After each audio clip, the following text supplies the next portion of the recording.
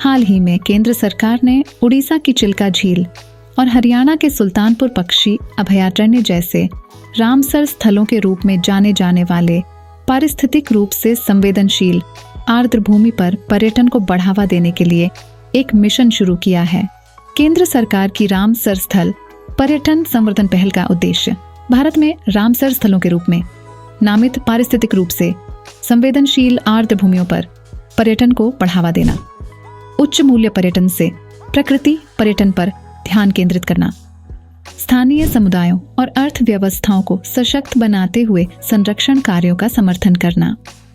आइए सबसे पहले जानते हैं कि आर्द्र भूमि क्षेत्र क्या होते हैं।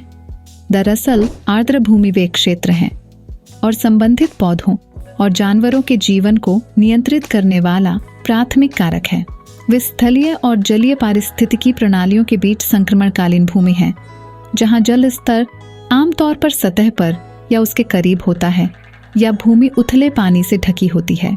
कम से कम 2.25 हेक्टेयर आकार की आर्द्र भूमियां देश के भौगोलिक क्षेत्र का 4.86% कवर करती हैं। वहीं रामसर साइट एक आर्द्र भूमि है जिसे यूनेस्को के तत्वावधान में ईरान के रामसर में फरवरी 1971 में हस्ताक्षरित एक पर्यावरण संधि के तहत अंतर्राष्ट्रीय महत्व के लिए नामित किया गया है। रामसर अंतर्राष्ट्रीय महत्व की आर्द्र भूमियों की पहचान करता है, विशेष रूप से जल पक्षी आवास प्रदान करने वाली आर्द्र भूमियों की। यह आर्द्र भूमियों के संरक्षण और उनके संसाधनों के बुद्धिमानीपूर्ण टिकाऊ उपयोग के संबंध में राष्ट्रीय कार्रवाई और अंतर्राष्ट्रीय सहयोग प्रदान करता है।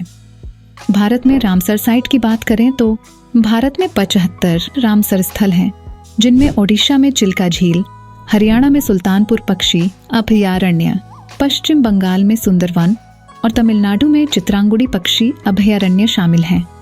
अब जानते हैं अमृत धरोहर क्षमता निर्माण योजना 2023। यह योजना केंद्रीय पर्यटन मंत्रालय और पर्यावरण, वन एवं जलवायु परिवर्तन मंत्रालय की संयुक्त पहल है। इसे 2023 और 24 बजट घोषणा के तहत लॉन्च किया गया था।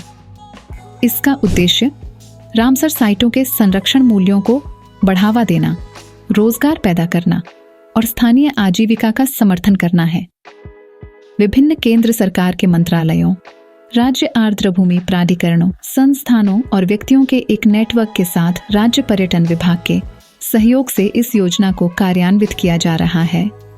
इन नाजुक आर्द्र भूमियों में उच्च मात्रा वाले पर्यटन को उच्च मूल्य वाले प्रकृति पर्यटन में स्थानांतरित करने पर ध्यान केंद्रित किया गया है, जो सीधे संरक्षण कार्रवाई, स्थानीय समुदायों और अर्थव्यवस्थाओं का समर्थन करता है।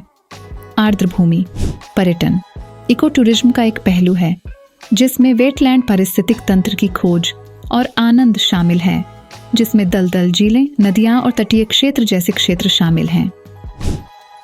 पर्यटन उद्योग उच्च मूल्य वाले यात्रियों की पहचान उन लोगों के रूप में करता है जो अधिक खर्च करने, लंबे समय तक रहने और पर्यटक हॉटस्पॉट से परे जाने की संभावना रखते हैं। दूसरी ओर प्रकृति पर्यटन किसी क्षेत्र के प्राकृतिक आकर्षणों जैसे पक्षी दर्शन, फोटोग्राफी, तारों को देखना, शिविर लगाना, लंबी पैदल यात्रा, शिकार करना, मछली पकड़ना और पार्कों का दौरा करना पर आधारित पर्यटन है। ये अनुभवी पर्यटक हैं जो प्राकृतिक और सांस्कृतिक संसाधनों की विविधता में रुचि रखते हैं। आर्द्र भूमि पर्यटन के माध्यम से संरक्षण पर्यटन राजस्व स्थानीय समुदायों के लिए वैकल्पिक आजीविका की पेशकश करते हुए अत्यधिक मछली पकड़ने या निवास स्थान के विनाश जैसी अस्थिर प्रथाओं की जगह ले सकता है।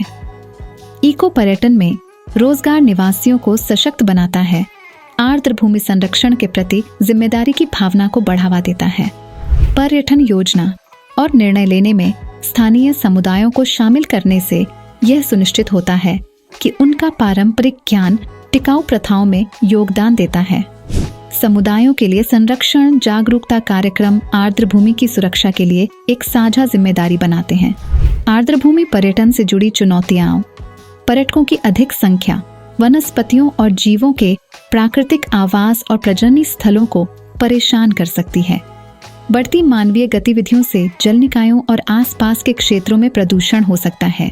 पर्यटन बुनियादी ढांचे का विकास स्थानीय समुदायों को विस्थापित कर सकता है या उनके जीवन के पारंपरिक तरीकों को बदल सकता है। आर्थिक लाभों का असमान वितरण, जिसमें कुछ स्थानीय लोग दूसरों की तुलना में अधिक लाभान्वित होते हैं। पर्यटकों की आमद स्थानीय संस्कृतियों और पारंपरिक प्रथाओं को प्रभावित कर सकती है। व्यावसायीकरण से सांस्कृतिक प्रामाणिकता का नुकसान हो सकता है। आर्द्र भूमियों के पारिस्थितिक महत्व के बारे में पर्यटकों के बीच अपर्याप्त जागरूकता की कमी के कारण पर्यटक ऐसी गतिविधियों में शामिल हो सकते हैं जो पर्यावरण को नुकसान पहुंचाती हैं। अपशिष्ट निपटान, वन्यजीव संरक्षण और टिकाऊ पर्यटन प्रथाओं से संबंधित नियमों का कमजोर प्रवर्तन